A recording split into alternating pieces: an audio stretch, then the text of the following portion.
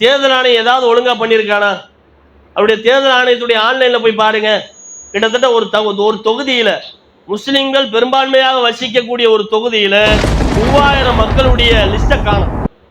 அந்த மக்கள் போய் தேடி தேடி பார்க்குறாங்க, பேரு வர மாட்டேங்குது, பூத்து வர மாட்டேங்குது.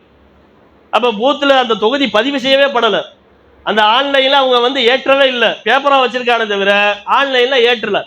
முஸ்லீம் பேர், அவருடைய வாப்பா பேர் எடுத்த கிருஷ்ணசாமி, முருகன், ஐயப்பன், தொடர்ந்து ஒரு 10 பேர் வருது.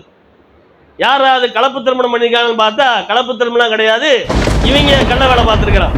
நம்ம ஒரு பேர் அடிப்போம், அங்கே ஒரு பேர் பதிவாயிருக்கு, அதை தேடி எடுக்கிறதுக்குள்ள நம்ம வர்ற பாடி சிரமம்.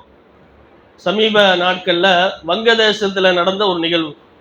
தற்பொழுது ஆட்சி பொறுப்பேற்று இருக்கிற ஆட்சியாளர்கள் இதற்கு முன்னால் ஆட்சியில் இருந்த அந்த நாட்டினுடைய பிரதமருக்கு மரண தண்டனை விதித்திருக்கிறார்கள். இப்பொழுது ஆட்சி செய்யக்கூடிய வங்கதேசத்தினுடைய நீதிமன்றத்தின் சார்பாக அந்த தீர்ப்பு வழங்கப்பட்டிருக்கிறது. அதோடு மட்டுமல்லாமல் இன்னொரு தீர்ப்பு வழங்கப்பட்டிருக்கிறது. அந்த நாட்டினுடைய தேர்தல் அதிகாரியாக, தலைமை தேர்தல் அதிகாரியாக இருந்த ஹபீபுல் அவால் என்று சொல்லக்கூடிய மனிதருக்கு வந்து கைது பண்ணியிருக்கிறாங்க அப்படிங்கிற செய்தியை நம்ம பார்க்கணும்.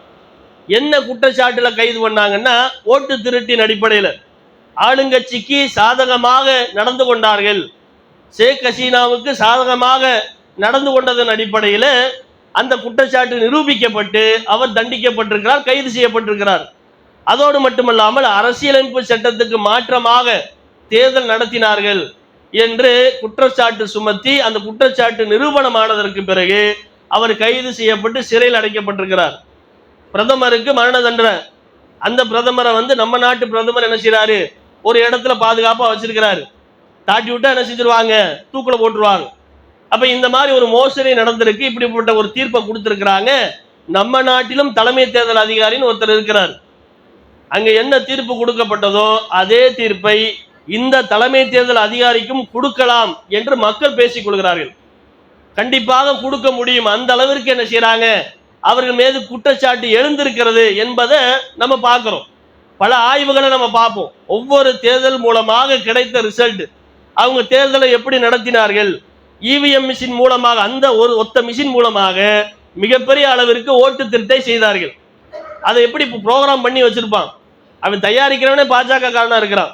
இவிஎம் மிஷினை தயாரிக்கக்கூடியவர்களை பாஜக நிறுவனத்தை சேர்ந்தவர்கள் கிட்டத்தட்ட 4 பேர் என்ன செய்யலாம், பாஜகவை சேர்ந்தவர்கள் தான் நிறுவனத்திலே தலைமை அதிகாரிகளாக இருக்கிறார்கள். அவர்களின் மூலமாகத்தான் அந்த இவிஎம் மிஷின் தயாரிக்கப்படுகிறது. தயாரிக்கிற பொழுது ஒரு செட்டிங்கை பண்ணிட்டான்னு வைங்க, அதன் அடிப்படையில் தான் ஓட்டு விழுவும். இப்போ டிஜிட்டல் வாட்ச்னு சொல்றாங்க, வாட்சில் அதில் ஒரு செட்டிங்கை பண்ணிட்டோம்னா வைங்க, வெளியிருந்து ஒன்றும் பண்ண வேண்டாம், அதை தயாரிக்கிற பொழுது ஒரு செட்டிங்கை பண்ணிட்டோம்னா அதன் அடிப்படையில் ரிசல்ட் வரும். அப்போ பாஜகவுக்கு ஓட்டு விழுகணும் அப்படின்ற செட்டிங் பண்ணான்னு வைங்க, அதுக்கு தகுந்த மாதிரி தான் ஓட்டு விழுகும். நீங்கள் காங்கிரஸுக்கு அமுத்தினாலும் சரி, சுயேட்சை வேட்பாளருக்கு நீங்கள் அமுத்தினாலும் சரி, அது வந்து எதில் போய் விழுகும்னா பாஜகவோட அதை போய் விழுகும்.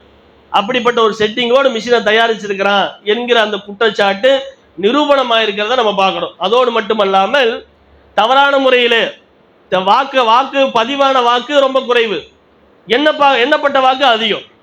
கிட்டத்தட்ட 2 லட்சம் 3 லட்சம் 10 லட்சத்திற்கும் மேற்பட்ட வாக்குகள் எண்ணப்படுகிறது. அந்த வாக்குகள் பதிவு செய்யப்படவில்லை என்றால் எவ்வளவு பெரிய மோசடி.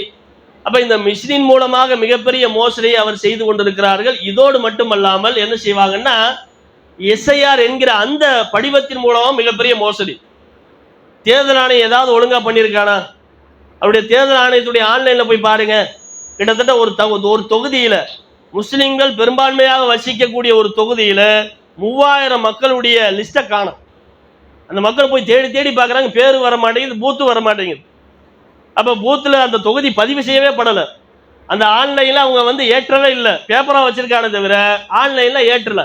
அப்போ அவங்க அதை எங்கே போய் பார்ப்பாங்க? 2002 இந்த பூத்தில் ஓட்டு போட்டவங்க இந்த வகுதி, இந்த பகுதி, இந்த வரிசை எண் என்று அவங்க எப்படி கண்டுபிடிக்க முடியும்? 3000 மக்களுடைய லிஸ்ட்டை காணும். இது மாதிரி பல இடங்கள்ல நடந்திருக்கிறது. அதே போன்று முஸ்லீம் பேர், அவருடைய வாப்பா பேர் எடுத்த கிருஷ்ணசாமி, முருகன், ஐயப்பன், தொடர்ந்து ஒரு 10 பேர் வருது. யாராவது கலப்பு திருமணம் பண்ணியிருக்காங்கன்னு பார்த்தா கலப்பு திருமணம் கிடையாது, இவங்க கள்ள வேலை பார்த்துருக்கிறான். அப்போ மாற்றி மாற்றி என்ன செய்யறான், உளப்படி பண்ணி வச்சிருக்கிறாங்க. பேரை ஒழுங்காக போய் டைப் பண்ண தெரியாம மாற்றி மாற்றி டைப், நம்ம ஒரு பேர் அடிப்போம், அங்கே ஒரு பேர் பதிவாயிருக்கும், அதை தேடி எடுக்கிறதுக்குள்ள நம்ம வர்ற பாடி சிரமம். நம்ம அப்பாஸ்ன்னு பதிவு பண்ணியிருப்போம், அங்கே எப்படி அபாஸ்ன்னு போட்டிருப்பாங்க. ஆணுன்னு கொடுப்போம், மேலுன்னு கொடுப்போம், ஆனா அங்கே ஃபீமேல் பெண்ணுன்னு பதிவாயிருக்கு.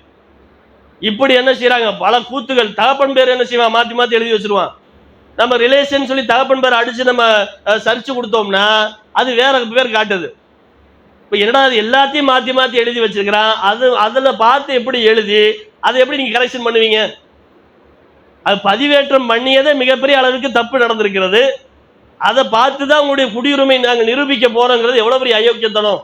இதை என்ன செய்யறா, இந்த எஸ்ஐஆர் மூலமாக பீகார்ல கிட்டத்தட்ட 65 லட்சம் ஓட்டை என்ன செஞ்சான், கழிச்சான். ஹரியானாவில் பல ஓட்டுகளை கலைச்சான். தமிழ்நாட்டிலையும் கழிப்பதற்கு உண்டான ஏற்பாடுகளை பண்றான். உறுதியா சொல்றானா இல்லையா?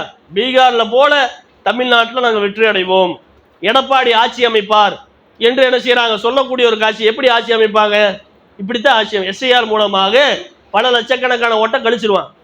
கழிச்சு போட்டு என்ன செய்வான்னா, அவங்களுக்கு யார் தோதுவான ஆட்களா இருக்கிறாங்களோ அந்த மாதிரி ஆட்களை மட்டும் வைத்து அப்படி ஒரு தேர்தல் நடத்தக்கூடிய ஒரு சூழல் இருக்கிறது. நாம இதை தடுக்கக்கூடிய ஒரு வேலையை செய்யணும். எங்க போராட்டம் ஆர்ப்பாட்டம் நடந்தாலும் போய் கலந்துக்கணும். இவன் நடத்தினா தான் நான் போவேன். சில பேர் இருக்கிறாங்க, என்னுடைய ஜமாத்து நடத்தினா அந்த ஜமாத்துல போய் தான் நான் கலந்துக்குவேன், வேற ஜமாத்துல போய் கலந்துக்கிறது தீட்டு அப்படின்னு நினைக்கக்கூடிய ஆட்கள்லாம் இருக்கிறாங்க.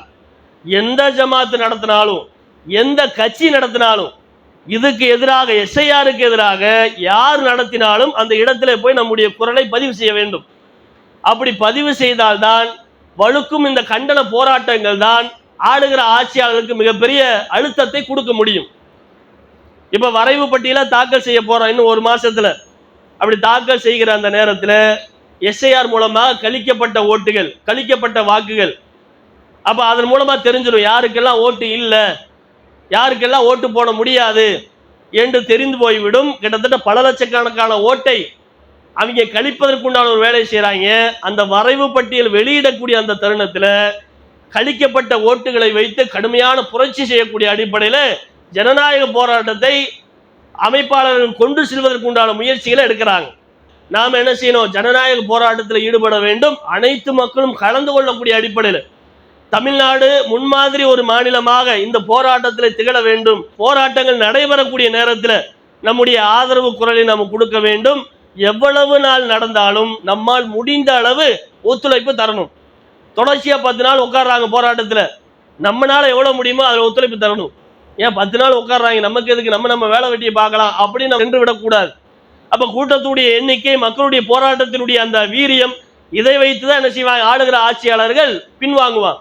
அப்ப எல்லா மக்களும் போராட்டத்தில் ஈடுபட வேண்டும், எந்த ஒரு காரணத்தையும் சொல்லி தவிர்த்து விடக்கூடாது என்பதை புரிந்து கொண்டு எஸ்ஐஆர் முடித்து இந்த வரைவு பட்டியல் வெளியிடக்கூடிய அந்த தருணத்தில் போராட்டத்திற்கு தயாராக இருக்க வேண்டும் என்பதை ஒரு அறிவுரையாக, ஒரு ஆலோசனையாக சொல்லிக்கொண்டு என்னுடைய இந்த ஜும்மாவுடைய உரையை நிறைவு செய்கிறேன்.